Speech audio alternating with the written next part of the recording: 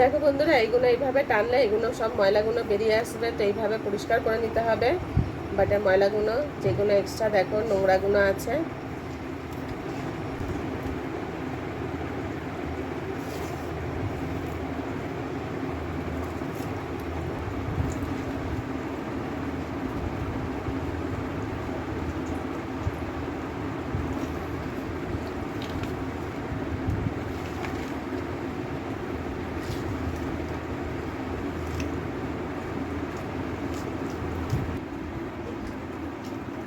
দেখো বন্ধুরা, এটা সুন্দর করে পরিষ্কার হয়ে গেছে, দেখা যাচ্ছে সুন্দর করে পরিষ্কার হয়ে গেছে। এবার আমি এটা কেটে নেব।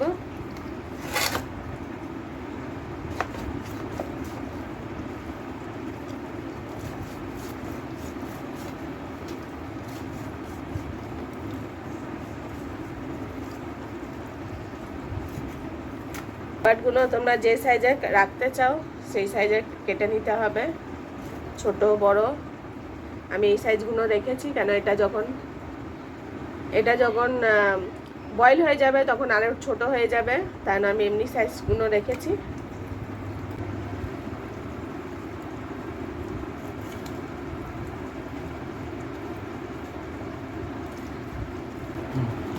দেখো বন্ধুরা, সব কত সুন্দরভাবে সাইজে কাটা হয়ে গেছে এইগুলো।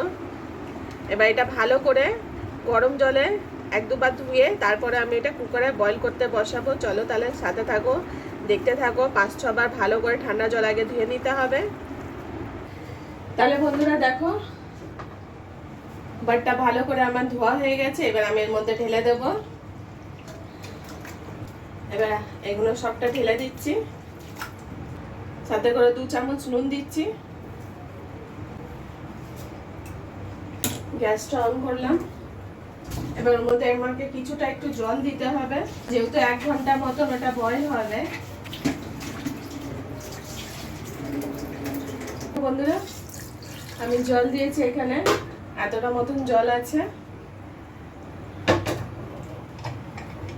ঢাকনাটা বন্ধ করে দিচ্ছি। 1 ঘন্টা মতন বয়েল হবে। 1 ঘন্টা পরে আমি কিভাবে রান্না করব তোমাদের অবশ্যই ভাবে দেখাবো, সাথে থাকো, দেখতে থাকো।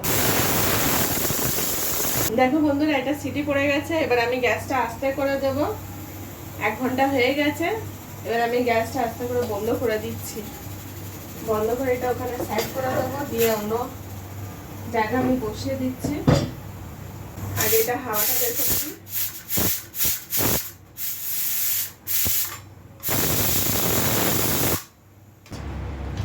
দেখো বন্ধুরা, আমি ঢাকনাটা খুলে দিচ্ছি।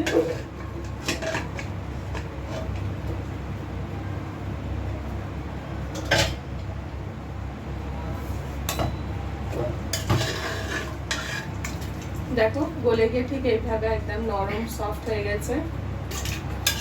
এবার আমি এটা সাইডে রেখে দিয়ে বাকি রান্নার জন্য আমি কড়াটা বসিয়ে দিচ্ছি।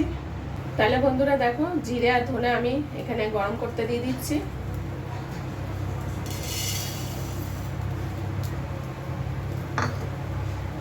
ওখানে গোটা জিরে গোটা ধনে দিয়েছি। এখানে আছে দালচিনি, লং, ছোট এলাচ, বড় এলাচ আর একটু গোলমরিচ।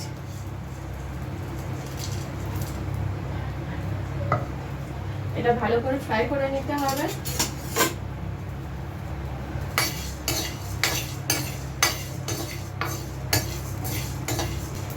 দেখো বন্ধুরা, এটা ফ্রাই করার সময় কি সুন্দর একটা ফ্রাই মশলার একটা সেন্ট ওঠে, অনেক সুন্দরভাবে ফ্রাই হয়ে গেছে। এবার আমি এটা তুলে নেব শুকনো বাটিতে, ভেজা বাটিতে তুলে হবে না, একদম শুকনো বাটিতে তুলে নিতে হবে। এবার দিয়ে দিব আন্দাজ মতন রান্নার তেল। দেখো বন্ধুরা, ফ্রাই মশলাটা এইভাবে দেখতে হয়েছে। এটা একদম ঠান্ডা করে তারপরে পাউডার করে নিতে হবে। তোমরা চাইলে এটা শিলনোড়ায় বেটে নিতে পারো, চাইলে এটা মিক্সিতে বেটে নিতে পারো। তো এটা এখন লাগবে না, একদম লাস্টে লাগবে, তাই না এটা একটু ঠান্ডা করে নিতে হবে ভালো করে। তাহলে বন্ধুরা দেখো, আমি তেজপাতা আর শুকনো লঙ্কা দিচ্ছি। এবার দিয়ে দিচ্ছি পেঁয়াজ, অনেকটা মতন পেঁয়াজ কেটেছি।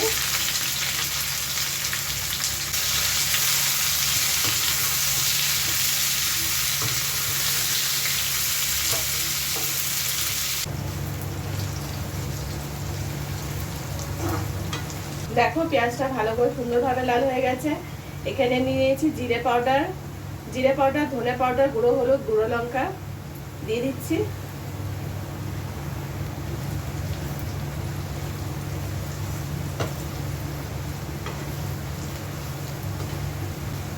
দেখো বন্ধুরা, গুঁড়ো মশলা দিয়ে ভালো করে পেঁয়াজটা লাল করে নিতে হবে। এবার এর মধ্যে আমি আদা রসুনের পেস্টটা 2 চামচ মতো নিয়েছি, 2 চামচ মতন আদা রসুনের পেস্টটা দিয়ে দিচ্ছি। তো একটু জলের সাথে অ্যাড করেছি, ওটা ধুয়ে আমি জলটা দিচ্ছি।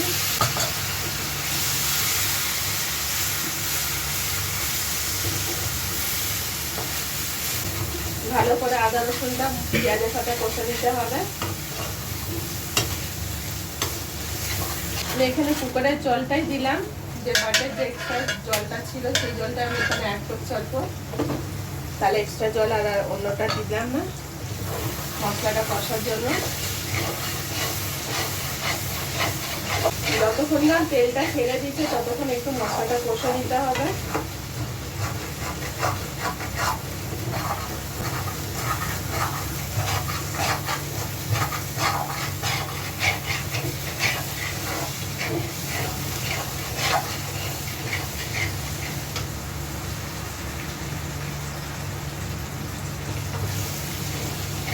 তাহলে বন্ধুরা দেখো এখানে মশলা কষা হয়ে গেছে। এবার আমি আস্তে আস্তে করে ওখান থেকে বাটিগুলো তুলে দিয়ে দিব। গ্যাসটা একটু আস্তে করে দিলাম।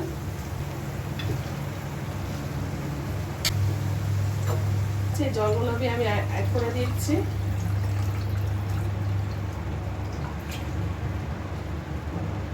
গ্যাসের আঁচটা আমি জোরে করে দিলাম। তোমরা আবার ভাবতে যেও না যে আমি এখানে এটা এত বড় রেখেছি, কেন আমাকে এটা বড়টা আমার ভিডিওর জন্য দরকার আছে বলে। বাকিগুলো পিসগুলো দেখো আমি ছোট ছোট করেছি সবার খাওয়ার জন্য। এটা জলটা একদম শুকিয়ে নিতে হবে। ততক্ষণ আমি এই যে দেখো মশলাগুলো একদম ঠান্ডা হয়ে গেছে, এটা মিক্সি করে নেব। দেখো বন্ধুরা জলটা শুকিয়ে গেছে। এর মধ্যে এবার আমি গুঁড়ো মশলাগুলো দিয়ে দিব। তেলটাও ছেড়ে এসেছে। আমি মিক্সিতে মশলাগুলো বেটে নিয়েছি। এবার সব মশলাগুলো দিয়ে দিচ্ছি। গরম মশলা যে ভেজে রেখেছিলাম,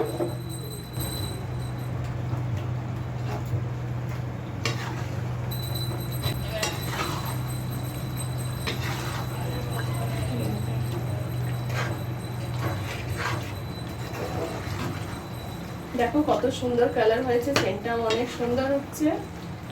এইভাবে রান্না করে খেলে অনেক টেস্টি লাগবে। একদম পুরো স্ট্রিট ফুড যেমন পাওয়া যায় ঠিক একদম সেমনি, একদম স্ট্রিট রাস্তার যে দোকানগুলো থাকে, হোটেলগুলো থাকে, সেইটার মতন একদম পুরো বাটার রান্না পাবে তোমরা এইভাবে রান্না করলে। কালারটাও দেখো কত সুন্দর এসেছে। তোমরা যদি এইভাবে রান্না করে খেয়ে দেখো, ভালো লাগলে আমাকে প্লিজ তোমরা জানিও যে রান্না অনেক টেস্টি লেগেছে। আর বটগুলো একদম সফট একদম আছে। বাট তাহলে বন্ধুরা আমি এবার গ্যাসটা বন্ধ করছি। তোমাদের যদি আমার ভিডিও ভালো লাগে তাহলে প্লিজ লাইক কমেন্ট সাবস্ক্রাইব করতে ভুলো না। সবসময় সাথে থাকো, পাশে থাকো, ভালো থাকো, সুস্থ থাকো। আর ভালো লাগলে অবশ্যই ভাবে শেয়ার করতে ভুলো না কিন্তু, আর লাইক বাটনটা প্রেস করো। তাহলে বন্ধুরা আজকের মতন এতটুকু, আবার দেখা হবে নেক্সট ভিডিওর সাথে। Thank you for watching, bye by.